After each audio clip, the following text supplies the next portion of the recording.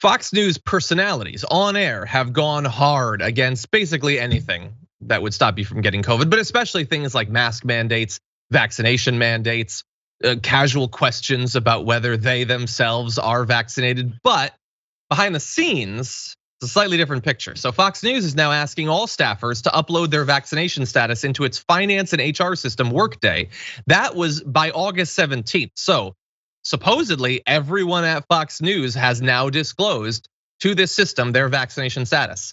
The network says this is being done for space planning and contact tracing purposes in conjunction with DCD, state city health and safety guidelines.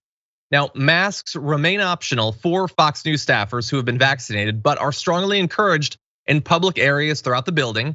Employees are required to wear masks in control rooms, and all employees will be required to complete a daily health screening and to show either a work care go to work screening pass or the company's own Fox Clear Pass, an internal vaccine passport system by which vaccinated employees are able to bypass the work care screening. Now, all of that seems to me to be a reasonable thing that you would do in a building that's gonna have hundreds of people working in.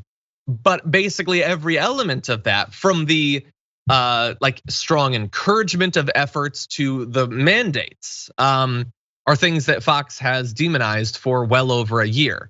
Michael, what do you think about this?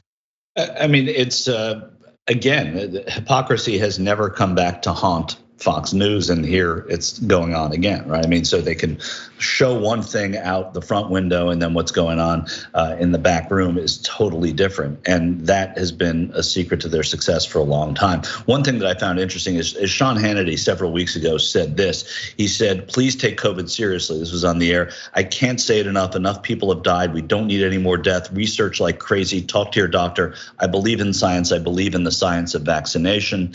And then just a day or so ago, he said, the science shows the vaccine will not necessarily protect you. It's not protecting many people. This is something that they have made a habit of doing for a very long time, sadly to their great success. But I'm not, I mean, are you surprised, John? I mean, I'm not surprised. I mean, I might be a little bit surprised that even behind the scenes they're taking it seriously, but I guess, I mean, they are a corporation. They want their operations to continue. No, I guess I meant, are you surprised that there is a divergence with practicing what they preach? I mean, only in that they would behind the scenes take it seriously. I initially, look, if you had asked me in the weeks running, like leading up to the pandemic, will Fox News like basically undergo a 16+ month campaign to get as many of their viewers to die of COVID? I would have said, no, I hope not, but I would have been deadly wrong. And not just on things like vaccine mandates or whatever, but literally, like Tucker Carlson got 1 week of credit for taking it more seriously than Sean Hannity.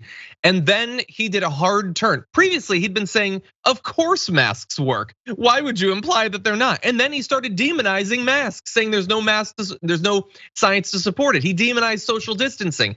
They have attacked every possible thing you could do to keep yourself safe. So that has still surprised me, the lengths to which they would go to leave people defenseless to this. We haven't talked about this in a long time. I have been continually surprised at how little regard they have for the lives of their viewers. Yeah, and that's consistent, and that's what is so horrific about their hypocrisy, and their propensity for demonizing people who should not be demonized, even if they're wrong. Even if they are inaccurate or make a mistake, the immediate demonization has been something, this fire the coach mentality that they've had for a long time, which all Americans have to a degree. But man, do they demonize people to great effect? And then they come back and they have almost their own agenda. Well, not almost, their own agenda based upon that demonization.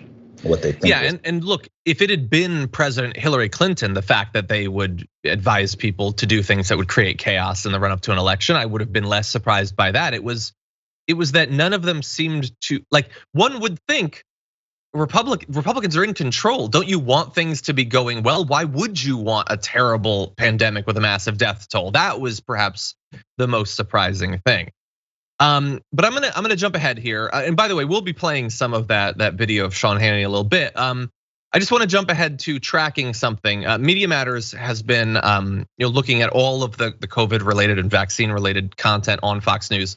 And obviously things are getting worse with every passing day. Case counts have been skyrocketing, hospitalizations are at record amounts, and we expect, well, deaths are already massively going up, but we are worried that they'll go up even more. And so to get to, is there any point where maybe they'll tone it down a little bit?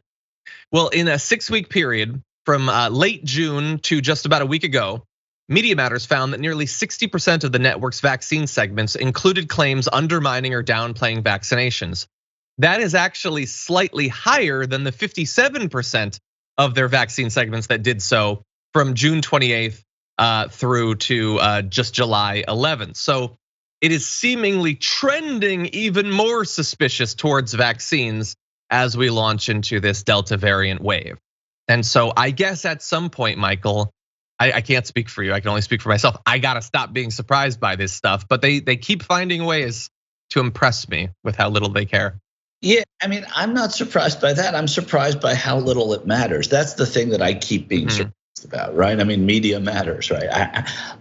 Why doesn't this resonate with more people? It's always, they're always going to be the people that get on the cult ship, but why doesn't it resonate with more people who are not, fully, inscribed there? And that to me is the is I'll never understand that.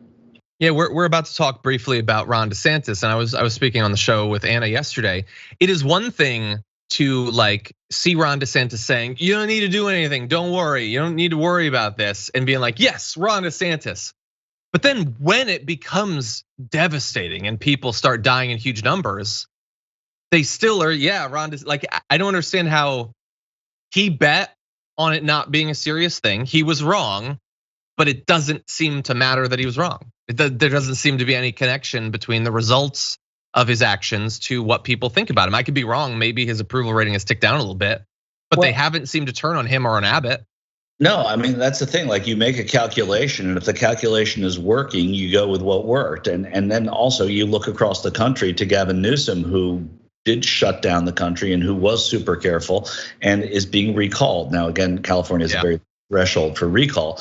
But even if you are flying in the face of what is safe and healthy and responsible, if you are looking for power, and he certainly is, and this is working and you're not getting a chink in your armor, then that's what's going to push you forward.